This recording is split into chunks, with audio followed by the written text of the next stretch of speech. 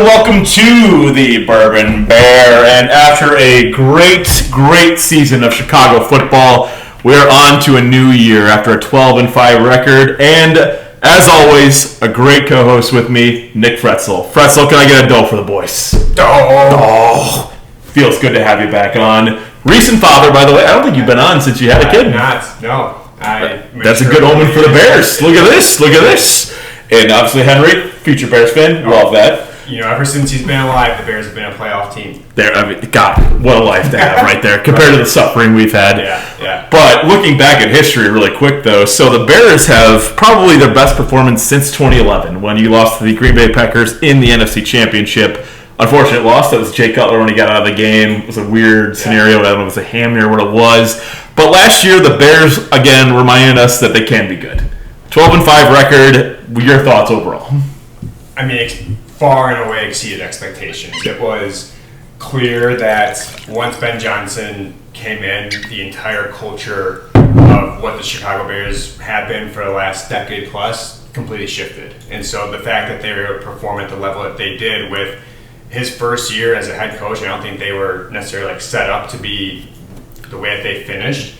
It was a season, I think, as a Bears fan, you'll never forget, not only for all of the last-minute wins where every single one of those wins, a different player stepped up, but it was just a magical season of Chicago falling in love with not only Ben Johnson, but people who might have been iffy on Caleb falling in love with Caleb. And I agree with that on Caleb, and we'll get into that a lot deeper, too. But again, it was something we have to talk about, though, is what happened that season sustainable last year. Again, you had multiple one-score victories that were to the wire. I mean, you had the Oakland Raiders, who I thought they'd crush, that you get a blocked field goal to win the game. You've got scenarios where it looks like the Bears, again, should have lost to the Packers, but then they pull off that miracle touchdown to DJ Moore. But do you think that's sustainable going into this year? I do. I mean, listen, those games, it's the game of football. You have these games that when the ball bounces your way, that you get the victory, or it bounces the other way and you end up losing, like the Raiders, where they're lucky in a sense to come away to that game with the win.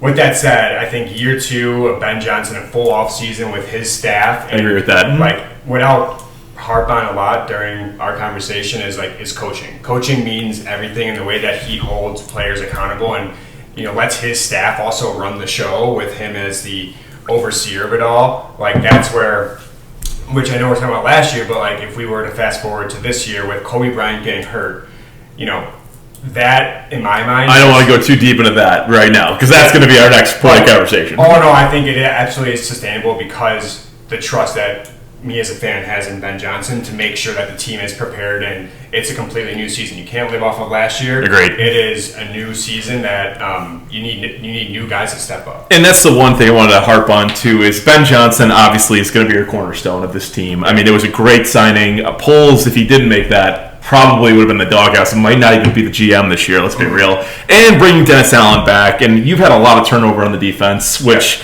the only complaint I have on that, just looking back at last year, is not bringing back Brisker for the contract he got with the Pittsburgh Steelers. Yeah. Because now you're in a bind with Kobe Bryant getting hurt. We'll lead into that in a second.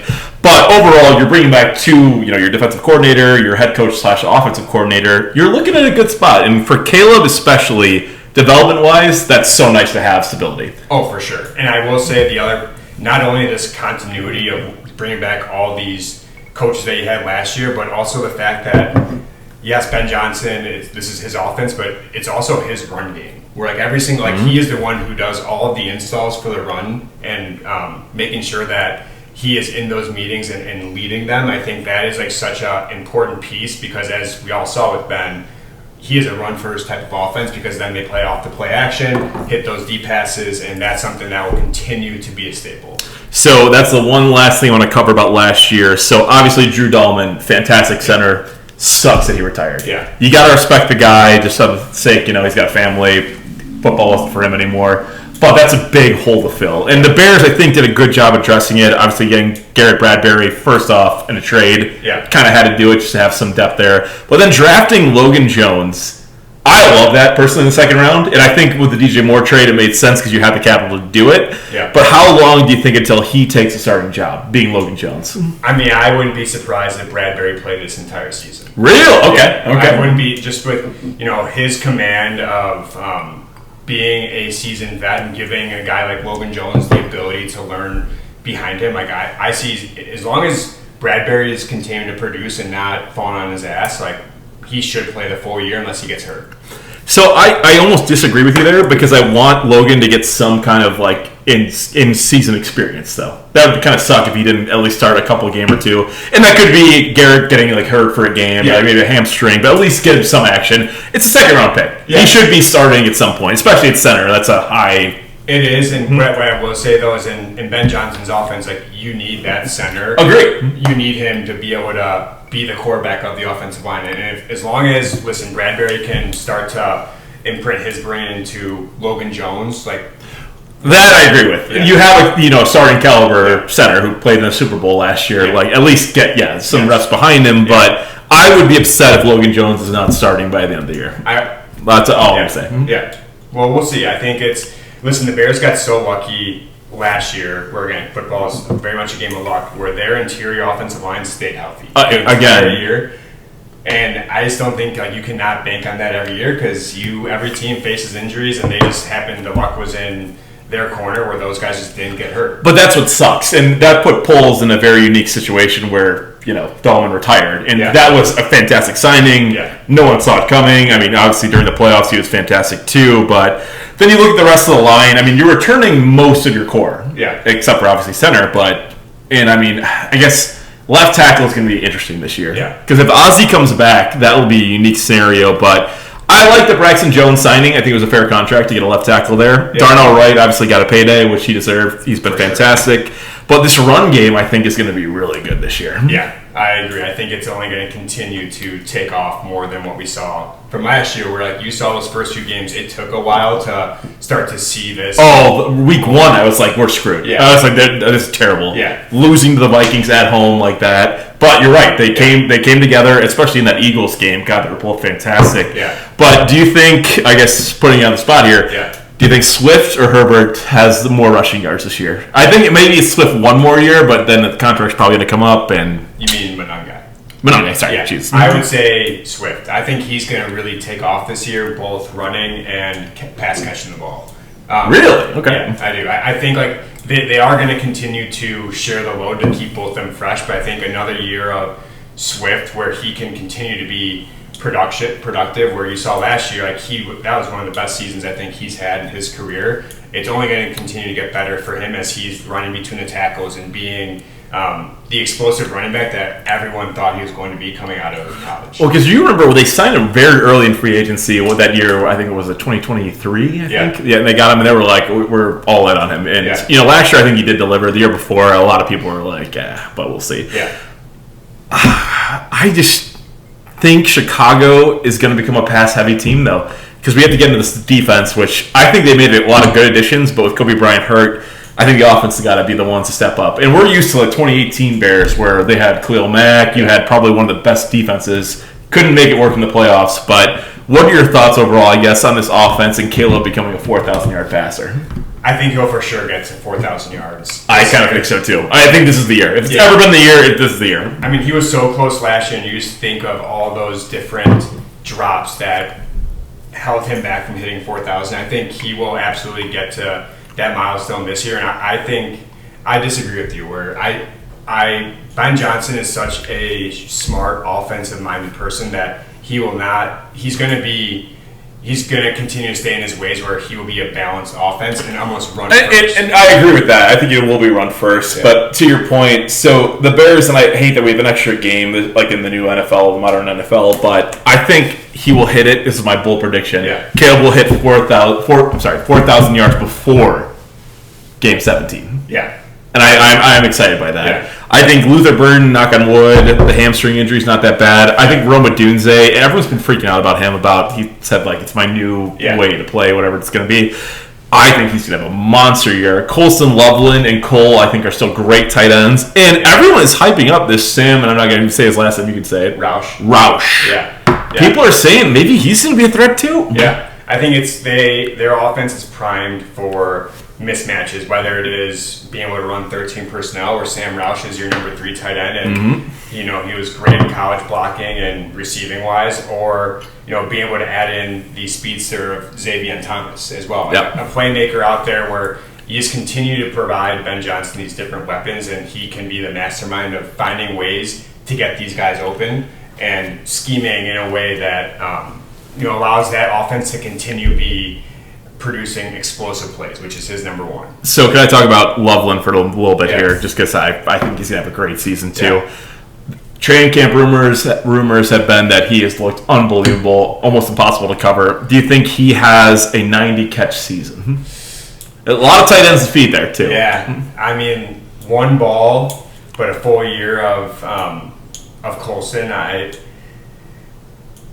catches a lot. I think it's a lot, but it's your safety valve for Caleb. So I think he'll have less than 90. And I only say that because Ben, the way that he has operated offenses, he spreads the ball around. It's more like who's open, but he'll also find ways to get guys like Colson, Loveland open. I think it'll be under 90, but I still think Loveland will have a great year. So that's another hot take for me. I think it might be over 90 because I think Caleb is learning that he can't do his scramble gymnastics, which, don't get me wrong, some of those last year were fantastic. Yeah. And again, even that touchdown to Cole, oh my God, in the Packers game, the Rams game, unbelievable. Yeah. But you need to have that check down. I know it's boring football, but I think he's going to be that guy for it. Well, it's take what the defense gives you, right? Yeah, exactly. In those instances, 7-8 yards makes a massive difference. Where if you're operating at 3rd and 2 compared to 3rd and 7 because you went for the big shot that wasn't open, that's a massive difference. And so I agree. I do think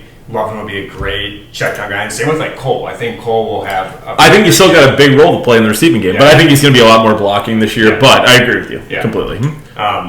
It's going to be exciting to see how Ben and his mad genius is going to find ways to get all these different playmakers the ball. Yes. Out of camp you hear Luther is popping off, and I know he's hurt right now, but he is going to be so fun to watch once he's untapped. And that's the one I'm going to give you an asterisk on because we don't know with the injury. It sounds like he's going to miss most of obviously the preseason, which is fine. Yeah. But if he's healthy week 1, what are your expectations on the year for Luther? I think the sky's the limit for that guy. I think he's going to be a real difference maker for the Bears offense, and between him and Odunze, I think both those guys could have over 800 yards receiving. So if you had to put a number, 800 yards sounds right for both. Yeah. So you don't think either of them will break 1,000 though, which is a lot. Don't get me wrong. Yeah. But the Bears and 1,000-yard receivers, since Brandon Marshall and Alshon Jeffrey. I'm trying to think of the last time someone's broke 1,000. Did DJ with Fields? I don't think he did. No, he was close. Maybe he won just over, but it wasn't that. Yeah. I think Odunze will break as long as he can stay healthy. Because if you remember, before he got banged up midway through the year, he had over 600 receiving. He was also leading the league in touchdowns before he got hurt after the Detroit game, which I was very happy with. But as someone who bet 100 to 1 that he had the most receiving touchdowns in the league, I was like, oh, this is great. But then, obviously injuries catch up with you. But I think he's healthy. I think he's going to be the number 1. Yeah. I think Burden, in my opinion, is going to be that deep threat, which is great. So maybe not a lot of receptions, but I peg him around 800 yards. Yeah. I think Rome breaks 1,000 yards. Yeah, I think so. I agree. I just hope he can figure out his drop issues, right? That was never. Yeah, that got bad at the end too. Oh, I don't want to bring that up against that Rams game, but oh my God. Yeah, he's had a few instances like that, but I think that was him being hurt though, and now if he's truly healthy, I think we'll be okay there. Mm-hmm.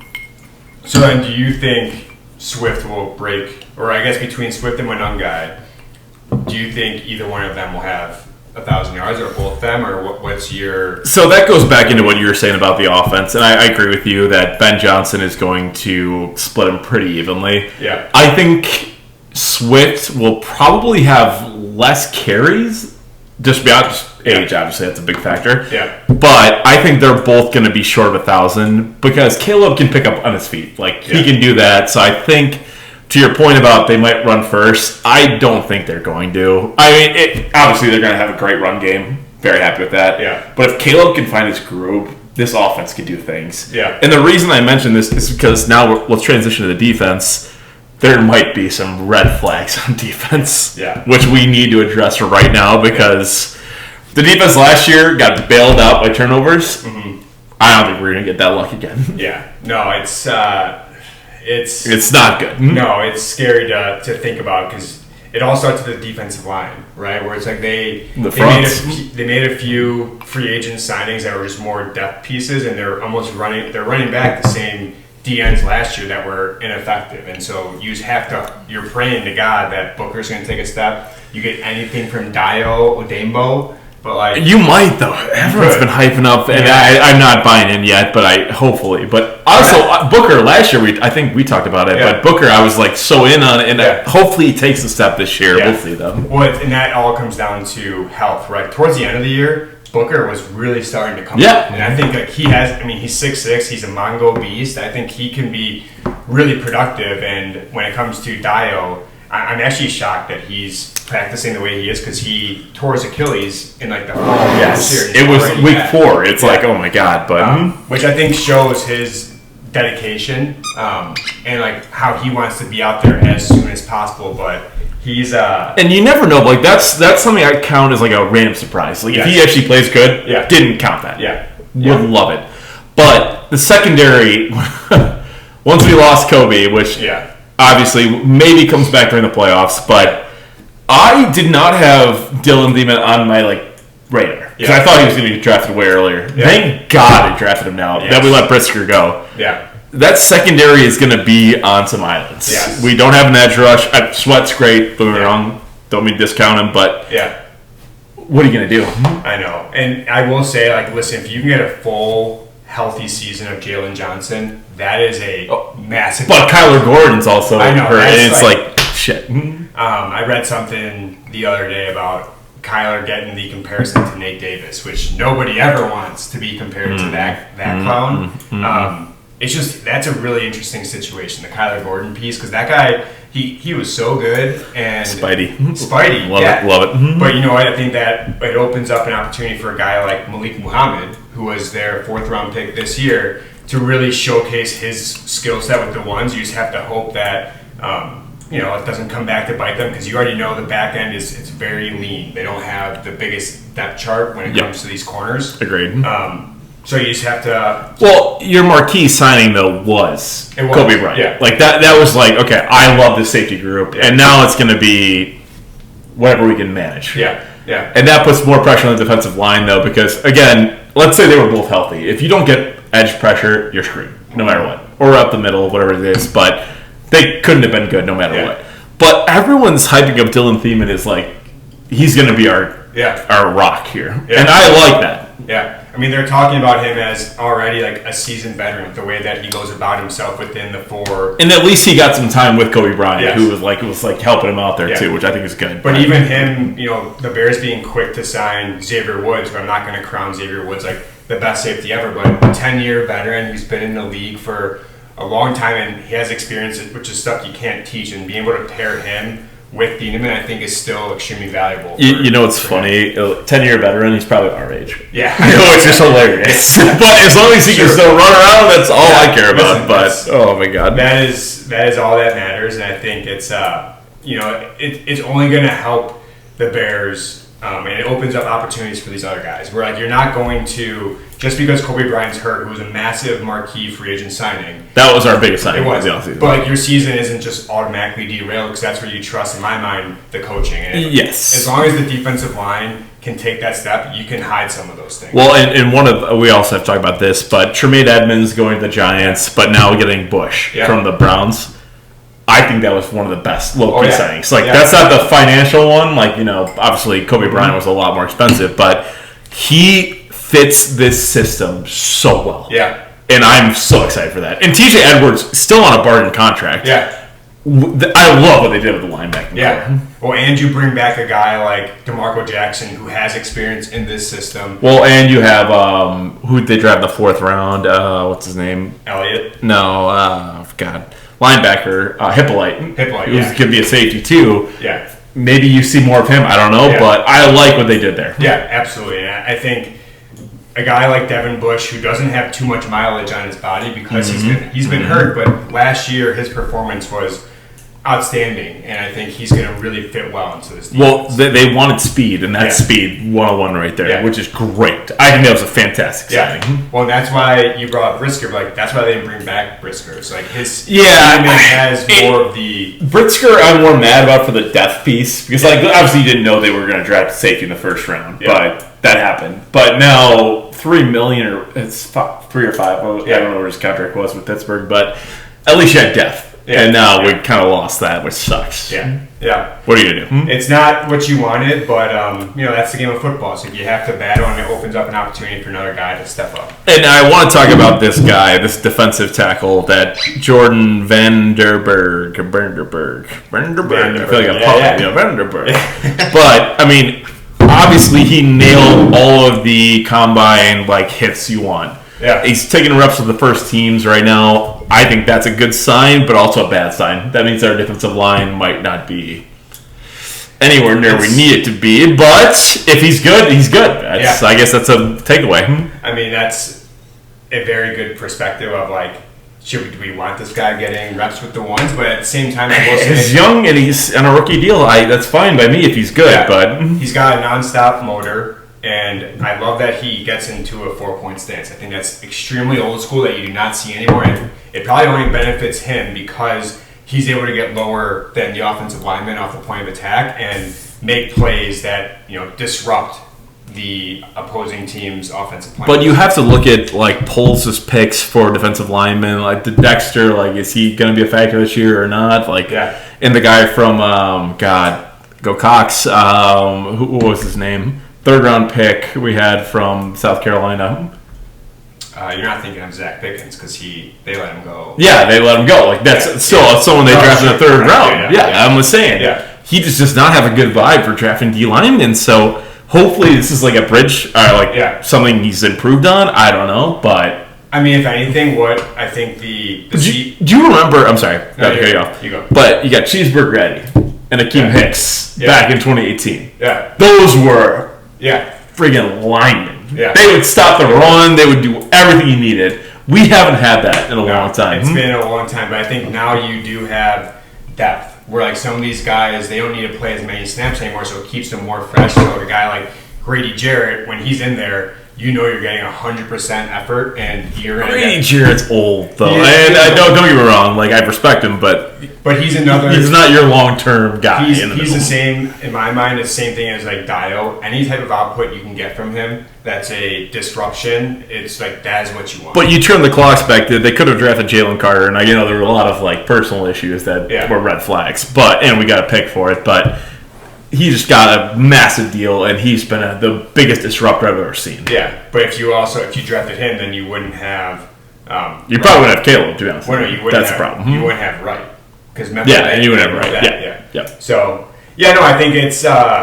Listen, they can hide the lack of depth with the defensive backs if their philosophy with these with the front seven pays off, where you stacked up depth so these guys can stay fresh and you're getting the best versions of them, which then hides the fact that you have Xavier Woods, who's a 10-year vet playing safety, and might not have the wheels. And again, last year it was almost borrowed time for I think it went to the Patriots. Who was our safety last year? Yeah, you hated Byer, by the way. I didn't like it. I wanted Geno Stone. I wanted Geno Stone, but. He played his ass off, so I respect it. Yeah. But also, someone you could have brought back for a cheap deal, which they didn't assume Kobe Bryant would get hurt, which sucks. But now we're kind of a rock and a hard place where we're just testing the waters on free agents, I guess. Yeah. No, it's definitely a unique situation when you went into the season not having the depth pieces that you had for the safety position. All those guys are hurt right now. Where you have Elijah Hicks, who's hurt. You have there's a few other folks that they're banged up, so they're not getting a chance to play. So now you have behind Xavier Woods, you have 2 free agent rookies that have not really done anything or been able to showcase. But again, lightning in a bottle. This year, technically maybe they have the same resurgence that a lot of people had last year. But now you're facing the number one schedule of the NFC North, obviously, because you took first. Do you think the Bears win the North again? I mean, I drank the Kool-Aid. I think they do. They're the back half. You also at our first ever podcast we did back in 2023. Yeah, said the Bears were going to win the North, and they had the worst record in football. It literally happened. I stand by my comments. Listen, the NFC North is absolutely loaded. It's loaded with. It's the hardest division. It's the hardest division. No-brainer hardest division. Best coaches in the division. It is absolutely stacked, and the Bears' back half of the schedule is going to be a meat grind. Like, they have a very big challenge ahead of them. Well, when you win the division, you're screwed. Like, you're playing the best of the best from the rest of the NFL too. You are, but like at the same time, like they're playing. Essentially, it's a 3-game difference compared to all of your other divisional opponents when you're playing the best of the best. And I think for the Bears, like they continue to showcase themselves as. And that's where it's the trust in Ben Johnson is where I come from. Well, I agree with you 100%, but I'm saying the grind, I mean, it's back to the luck factor that we had as many turnovers as we did, that we had those random games that, again, last year was so fun to watch. Mm-hmm. You can't replicate that. Absolutely not. But I do think the Bears, from an offensive perspective, have one of the best offenses in the NFL. Yeah. And that's a bold claim, but everyone's hyping up the Packers and Jordan Love and Golden getting that contract. I don't understand it. Yeah.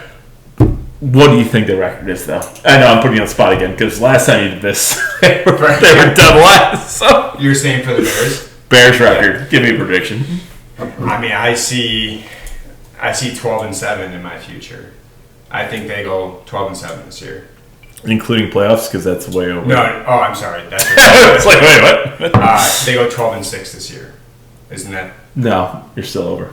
No, I'm not. Yeah, you are. Because it'd be 12-5 in the old. There's 17. Oh, it'd be 12-5. Sorry, there you go. 12-4 was that's not bad.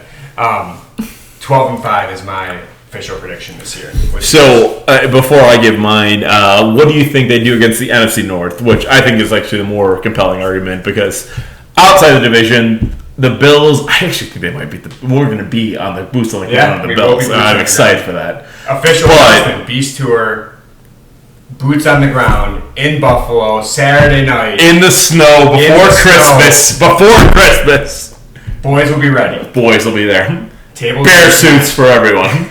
But against the NFC North, this is going to be a weird one in my opinion, but obviously, I think you split the Packers. Yeah. I think, personally, you beat the Vikings twice. Yeah. And the only reason I'm hesitant is because of week 1 last year where we should have won the game and we didn't, which sucks. Yeah. Detroit, I am a team believer, and Ashore is going to kill me for this one, but I think the Lions are on the decline. Yeah. I think they're slowly losing it. Micah Parsons' comeback, I guess, on the Packers side is the one thing I'm a little worried about because technically he's one of the best edges I've ever seen in my life. But he's also probably not going to be back week 1, so I think that split's fair. Yeah. So win the Vikings both games, I think that's fair. Detroit, I'd say split. I would agree. Yeah. Yeah. I think you split Green Bay and Detroit and you beat the Vikings both matchups. Well, a quick side note, we're going to do this for a minute max. Yeah. Kyler Murray taking 9th job. It's the funniest thing to me. It's just terrible. What do you think? Terrible pick. Oh, what do you think happens with JJ? I don't know. What? Where do you go from here? I think you try and at this point, like I'll take I would say whatever. Like, what would a team offer up for him? You know, a 4th round pick, 5th round pick? No, God, no. You think something lesser than that? Wait, we're talking about Justin Jefferson or who are we talking? Oh, I'm sorry, McCarthy. Oh shit! Yeah, nothing. You're not kidding. JJ, I was like, okay, that some team would definitely give you way more than the 4th, but I would say he's just a free agent at this point. I don't know. What are you thinking? I mean, listen, if I'm an NFL team, I would absolutely take a flyer on the guy. Not that, like, listen, we all have watched him. He is not an NFL quarterback. But if I'm the Cardinals, like, what do I have to lose? I have Jacoby Brissett or Carson Beck. Or I feel like they're going to gamble on Carson Beck, though, right? Or no? Maybe I'm wrong. I don't know. They could, but it's just like if I can give up a 6th-round pick or 5th-round pick for a guy like J.J. McCarthy, like why I would do that. I mean, the guy. That's almost the same argument, though. You have who's the San Fran quarterback that never panned out? They traded a ton for. Oh God. Oh, Trey Lance. Trey Lance. Yeah. You're in the same boat as that, and that's he never did anything, and now he's done. So it's like I think the scary thing with J.J. McCarthy is the fact that he was very ineffective in Kevin O'Connell's offense, and that guy's a quarterback-friendly type of style. That's what I agree. I agree. I completely agree. I also thought it was funny, not to completely sidebar on all this stuff, but like Adam Schefter's tweet about JJ getting benched, where he was extremely sympathetic to JJ because he's a Michigan man, and so is what does that matter though? It's like I think it's the way that he reports on other guys getting benched, where he was he gave JJ almost like the benefit of the doubt, where it's like, dude, if that was anyone else, like you would have framed it up much differently. Which in my mind, that guy's a piece of work. Can't do that. But anyways, back to the Bears. So what's your official record prediction? So I think it's going to be an interesting year in the NFC North. I think the Bears go 11-6, mainly because I do think you're playing the number one schedule, which is not easy. And let's think about like the roadmap they have to go through to win, get to the playoffs. The North, I think, is a weird concept because obviously with the rules, I think they're going to win the North, but barely. Yeah. It's going to be very close. In Detroit, I do think has some fight left in them because literally Dan Campbell is like, this is our last year with all the contracts they have right now. Yeah. It's just your time. Yeah. If you don't, you're screwed. Yeah. So this is the last year of you fighting against, I guess, that dynasty, which dynasty being a loose word because they never did anything with it's it. Like but it's that group of players that will be together. Yes. Yeah. With the contracts all coming together. Like Ian Hutchinson just got paid. It's like, it's all what it is. Jahmyr Gibbs just got paid. Yeah. And that dynasty, I think, is slowly eroding, which, sure, apologize, my friend. Lions are slowly slipping. But I do think the Bears are the most uphill of the NFC teams. Yeah. If you look at like a trajectory. The only problem is the defensive line, in my opinion, which I think they can solve next year fully. But my expectations of the Bears are to at least get a wild card seed. Yeah. So I think that's playoff bound. That's fair. Playoff bound. Yeah. They have to be playoff bound. Yeah. If they're not, I think Poles really needs to be talked about because he's had so long to this team. And don't get me wrong, Ben Johnson, but you were playing the last place schedule. Yeah. Great. Last year was awesome. But now you have expectations. Yeah. And if you can't fulfill them, you've been Velus Jones. Yeah. Velus Jones Jr. And I'll always turn it back to this. Yeah. Everyone was so hyped that like Poles like, oh, he's fast. He's a 25-year-old we're drafting. Yeah. Didn't even stay on the team for 2 years. Yeah. That's a joke. Yeah. So I think Poles realized that his job is on the line if they don't deliver this year. Super Bowl winner, Velus Jones, by the way. Fair point. But I do agree. It will be extremely disheartening to see them go 9-8. I mean, obviously a lot of that is because of the way that they performed last year, right? But we know most of those games were last-second finishes, but now they have these expectations from a fan standpoint of like, hey, you have to be this record, otherwise we are going to deem this season as a failure, which is almost like, I don't want to say it's unfair because they were ahead of schedule, but I think with what they showed us towards the back half of their schedule, like they are fully capable of being a very successful NFL team. So I'll say one final comment because we got to wind this up. But the Rams, in my opinion, have the best roster in the NFL, and I think that's the big roadblock for if the Bears want to win a Super Bowl this year. Yeah. I do think next year is the year the Bears can win it if they somehow get out of financial trouble and draft like great defensive line. I think that's our time to win. Yeah. But you had Myles Garrett go to the friggin' Rams, who are already amazing. Yeah. And it sucks because I hate the Rams, and I thought the Bears could have beat them with that DJ Moore. Like, he actually hustled the ball. Yeah. Sucks. But right now, what are your thoughts on who's going to win the Super Bowl? And I wish it was the Bears. Honest opinion. Yeah. I mean, it's hard to say any team outside of the Rams, in my opinion. Not only do you have one of the best head coaches in the NFL, but you got Myles Garrett, and you have, it's not confirmed, but like Aaron Donald lurking in the background as well, along with bringing back their entire offensive team. So like, I think they are going to. They're running it back for one where you're basically on borrowed time, and then they're going to be screwed. Actually, the Rams are a weird team where they traded their number one picks just to win, and they did it, and then still didn't suck out. I don't understand it, but that's also a tough division though, where you have obviously Seattle won last year, but they also. Again, that's where it shows football so much luck, where that was a 2-point conversion is what really changed the trajectory of Seattle being able to win that division and host the playoff game against the Rams, which just shifted everything. But I mean, Seattle with McDonald is also a fantastic head coach. They're always going to be there too. So I guess Bears in general, obviously, I think we're aligned on. Maybe it's the year, maybe it's not. I'm not going to go into they have to win the Super Bowl or anything. But record prediction on the record. I know you said now that we've talked a little bit more though. I still stand by 12-5. You still stand by 12-5. Okay, yeah, I do.